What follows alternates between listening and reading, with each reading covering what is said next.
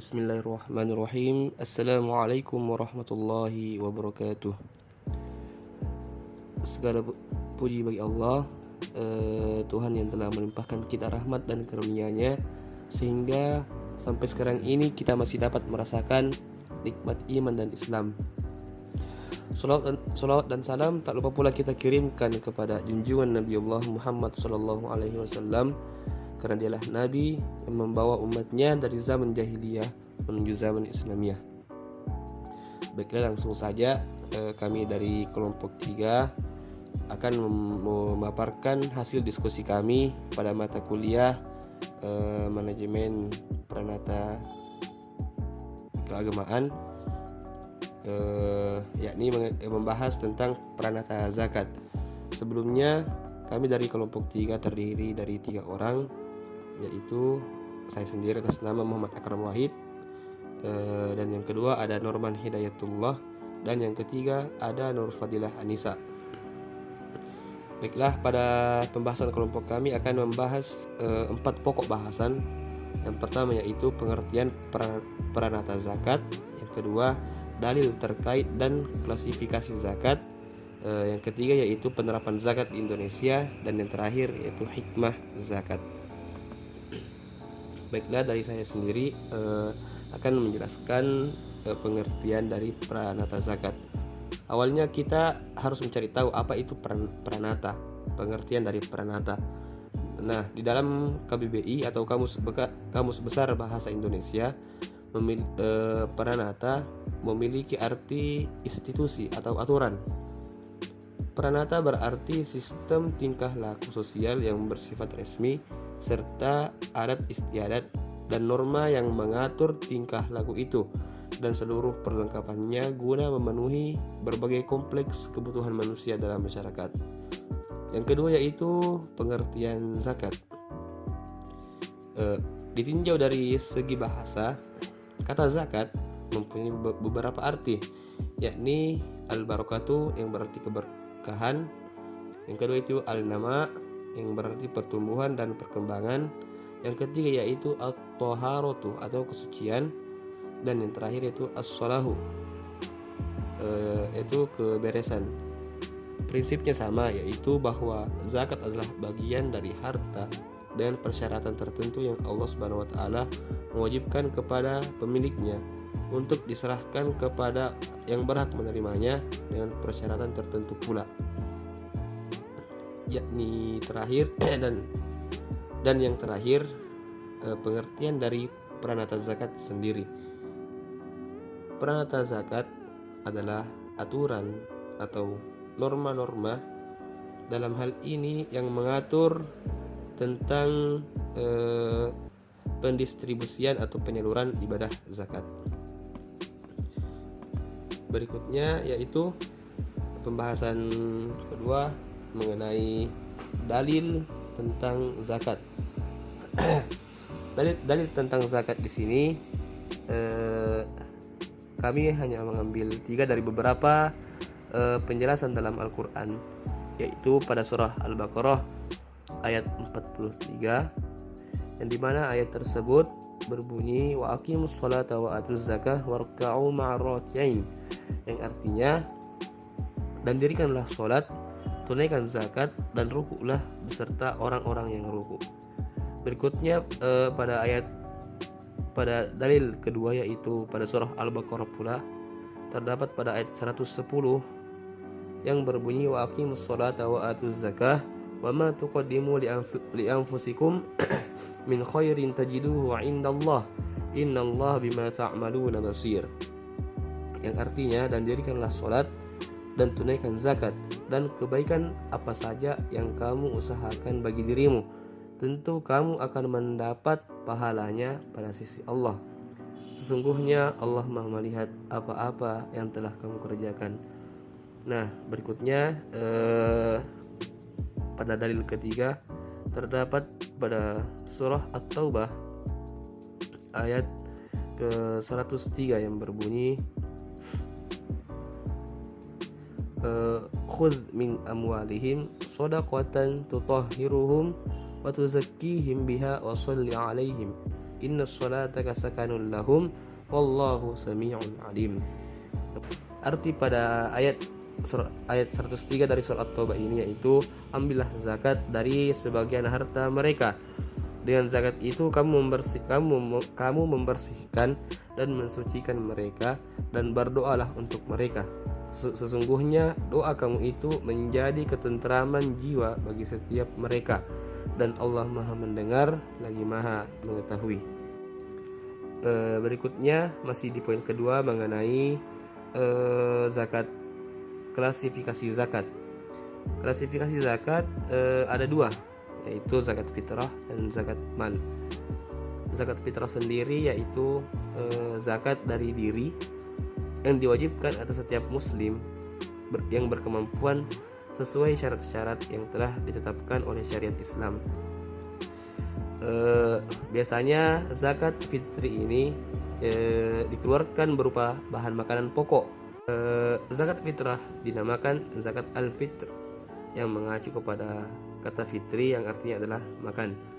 Adapun kadar zakat fitrah adalah seberat 1 sa' atau dibakukan menjadi 2,5 kg atau sok, atau dibakukan menjadi 2,5 kg dan dikeluarkan pada bulan Ramadan.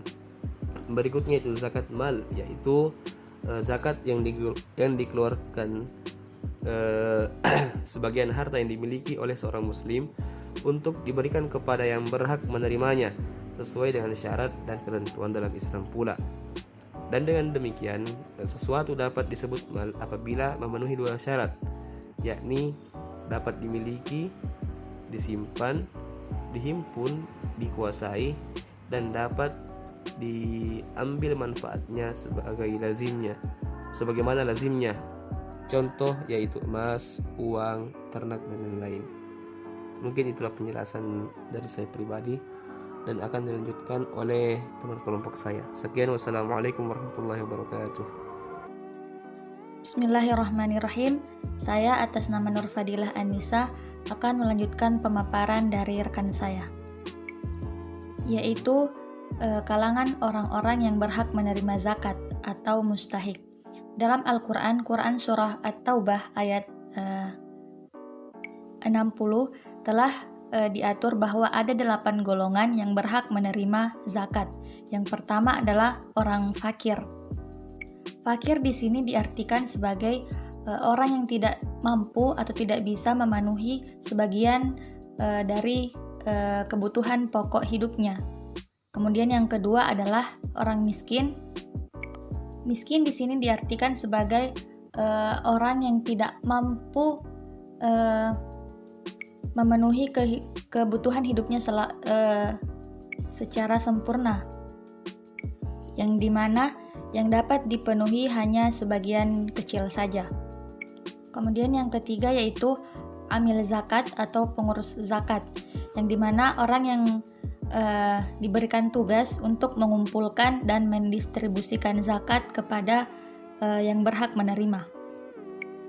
Kemudian yang keempat yaitu mu'allaf, yaitu orang yang baru memeluk Islam dengan tujuan untuk menunjukkan solidaritas kita sebagai saudara seiman. Yang kelima, riqab atau memerdekakan budak. Yang keenam, gharim atau orang yang memiliki hutang dan tidak mampu untuk melunasinya. Yang ketujuh, fisabilillah, yaitu keperluan pertahanan Islam atau yang sedang berjihad di jalan Islam. Di kalangan ahli tafsir ada yang berpendapat bahwa fisabilillah juga bisa mencakup kepentingan-kepentingan umum seperti mendirikan sekolah, masjid, rumah sakit, dan lain-lain. Kemudian yang terakhir adalah Ibnu Sabil, yaitu orang-orang yang sedang bepergian jauh atau sedang berada jauh dari rumahnya dengan syarat tidak melakukan maksiat dan sedang mengalami kesulitan dalam perjalanannya. Kemudian selanjutnya, harta benda yang wajib dikeluarkan zakatnya. Yang pertama yaitu binatang ternak, yang kedua emas, perak, dan uang, yang ketiga barang dagangan, dan yang keempat, barang yang dapat disimpan dan ditakar. Selanjutnya, syarat-syarat harta yang wajib dizakati. Yang pertama, kepemilikan sempurna, artinya barang atau harta tersebut adalah milik seseorang secara sempurna atau secara utuh. Kemudian yang kedua, harta atau barang tersebut berkembang atau bertambah. Yang ketiga, telah mencapai nisab. Yang keempat, melebihi kebutuhan pokok. Yang kelima, terbebas dari utang piutang. Kemudian yang terakhir, kepemilikan 1 tahun penuh atau mencapai haul. Baik, saya akan melanjutkan pemaparan dari kelompok kami. Saya insya Allah akan membahas tentang penerapan zakat di Indonesia. Di Indonesia, zakat diatur dalam Undang-Undang Nomor 38 Tahun 1999. Undang-undang tersebut seolah menjadi keran pembuka bagi terselenggaranya praktek dan pengelolaan zakat yang lebih dinamis dan progresif. Undang-undang ini membuat beberapa keuntungan yang mendukung pengelolaan zakat secara lebih baik. Di antara substansinya adalah bahwa setiap warga negara Indonesia yang beragama Islam dan mampu atau badan yang dimiliki berkewajiban menunaikan zakat pasal 2 dan mengeluarkan zakat dilakukan oleh pemerintah pasal 6. Selanjutnya yaitu program Basnas.